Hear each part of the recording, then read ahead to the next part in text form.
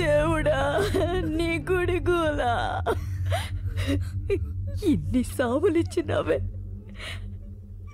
కొన్ని కన్నీళ్ళిచ్చినావు. జరగాల్సిన పనులు చాలా ఉన్నాయి చిన్నయ్య. చిన్నయ్య చిన్నయ్య లే చిన్నయ్య, చిన్నయ్య లే చిన్నయ్య. అయ్యా చిన్నయ్య, చిన్నయ్య వదిలి చిన్నయ్య, అయ్యే నొలికిలు కంపాలా, వదిలేయా. నువ్వన్నా చెప్పమ్మా. నిన్ను వేలు పట్టుకుని నడిపించినాడు, నువ్విప్పుడు కాటుకు నడిపియాలా?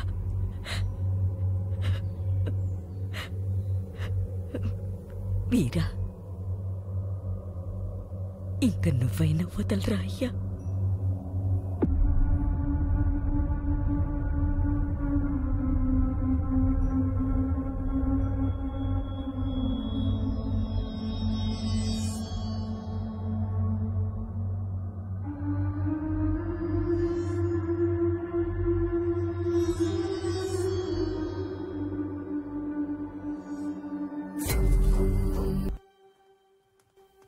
హైదరాబాద్ నుంచి సుదర్శన్ రెడ్డి గారు.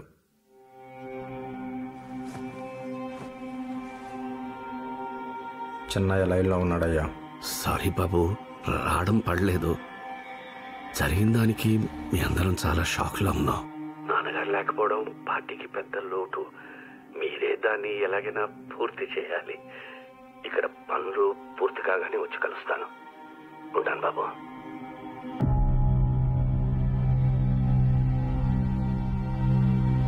ఇదే సందు చెన్నయ్య, బసిరెడ్డి కొడుకు తలకాయ లేపుదాం.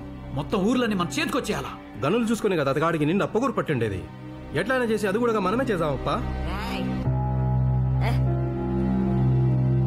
ఊళ్ళో ఇల్లుండాదా, ఇంట్లో ఊరుండాదా? మీ బగిసికి బసిరెడ్డి కొడుకు సాలా?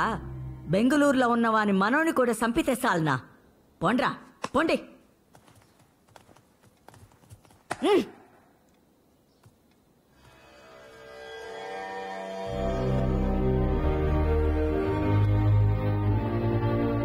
పంతొమ్మిదేండ్లప్పుడు ఎత్తకొచ్చి మరీ చేసుకున్నాడు. నా సుగునా అంట పొగలు పొద్దులు కూకులా ఇడిసిపెట్టకుండా తిరుగుతాండే. నువ్వు కడుపున పడినాకే మీ అమ్మని గెలిసేసినాననుకున్నాడు ఏందో. దాన్ని వంటింట్లో వదిలేసి వరండాలకు పోయి ఊరిని గెలిచడం మొదలుపెట్టినాడు. మళ్ళీ లోపలికొస్తాడని 25 ఏండ్లు చూసింది మీ అమ్మ. ఆడ్నుంచి అట్నే పాయ్.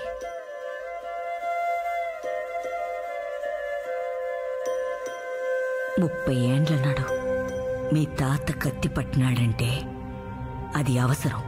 అదే కత్తి మీ నాయన ఎత్తినాడంటే అది వారసత్వం. 10 దినాల నాడు అదే కత్తి నువ్వు దూసినావంటే అది లక్షణం. ఆ కత్తి నీ బిడ్డ నాటికి లోపమైతుందా? భయం వేస్తాండాదిరా వీరా.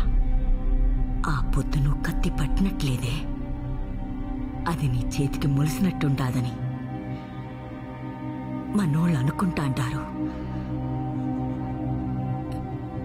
ఇంక చాలు, పడినంత పడినా. ఈ రొంపులొత్తి కాక నాయనా.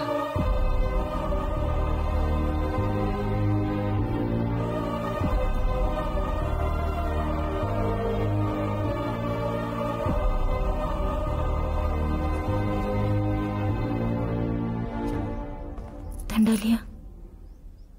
ఎవరుమా నువ్వు? నాగమణి చిన్నయ్య, శివయ్య పెళ్ళాం. ఈ పొద్దా రేపా అనేటట్టుండావే. ఏంటికి పాపా ఎండను పడి ఎంత దూరం వచ్చినావు? మొన్న కొట్లాటల్లో కేసు పెట్టి పోలీసోళ్ళు ఆ ఇంటాయన్ని తోడుకుపోయినారయ్యా. వాణ్ణేదారే నీకేంటికి లేమ్మా. నేను వకీల్తో మాట్లాడి వాడిని బెయిల్ మీద తోడుకొస్తాలే. నువ్వు ఇంటికి పో. వద్దునే వద్దు చిన్నయ్య, ఓనికి బెయిలొద్దు. అయ్యో రామరెడ్డి, దాహం తీసుకురా.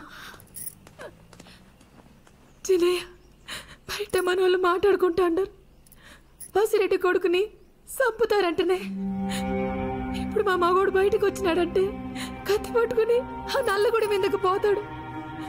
ఆడనే పగోళ్ళు చంపినారంటే పుట్టింది ఏ బిడ్డని కూడా తెలియదు కదయ్యా. వద్దు చిన్నయ్య, వాళ్ళకి బెయిలొద్దు. వాడు జైల్లోనే ఉంటే కనీసం మేలాకట్లోనైనా బిడ్డని చూపిస్తా. వాడు బయటకు వచ్చినాక ఎట్టాగు మీ చేతిలో కత్తే కదయ్యా. రాతిత్తే అనుకుంటా నీకు దట్ట పెడుతొచ్చింది. వాడిని బయటకు తీసుకురాదయ్యా, బయటకు తీసుకురాదయ్యా.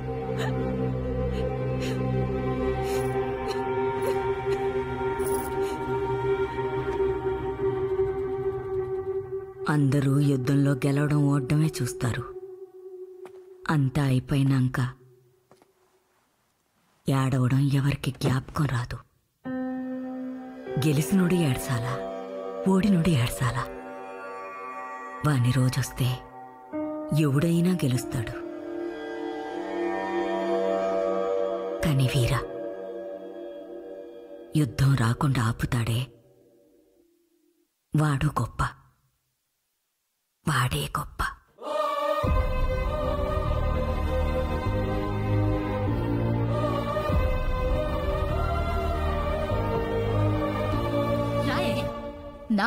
నా కోడలంటా పోరి పోరి పిలిపించినారు.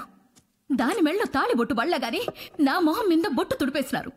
చాలు చాలు, ఈ కొంపకు ఆడబిడ్డని పంపే కంటే మెడకి బండగట్టి పెన్నెట్లో తోసేది మేలు. పుణ్యమన్నా వచ్చాది. ఏంది పాప యోచన? బొట్టు పెడతారనా? ఎవరు పెట్టేది? ఇంటి నిండా ముండ మూసినారులే. పోయి దేవరమ్మల బొట్టు పెట్టుకొనిరా పో.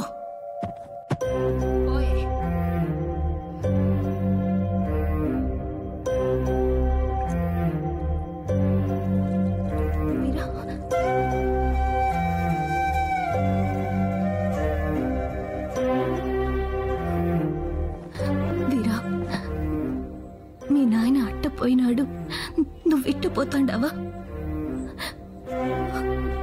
ఈయన్నే ఉంటే ఆయన పోయాడనే బాధ, ఆయన్ని చంపినారనే కోపం తప్ప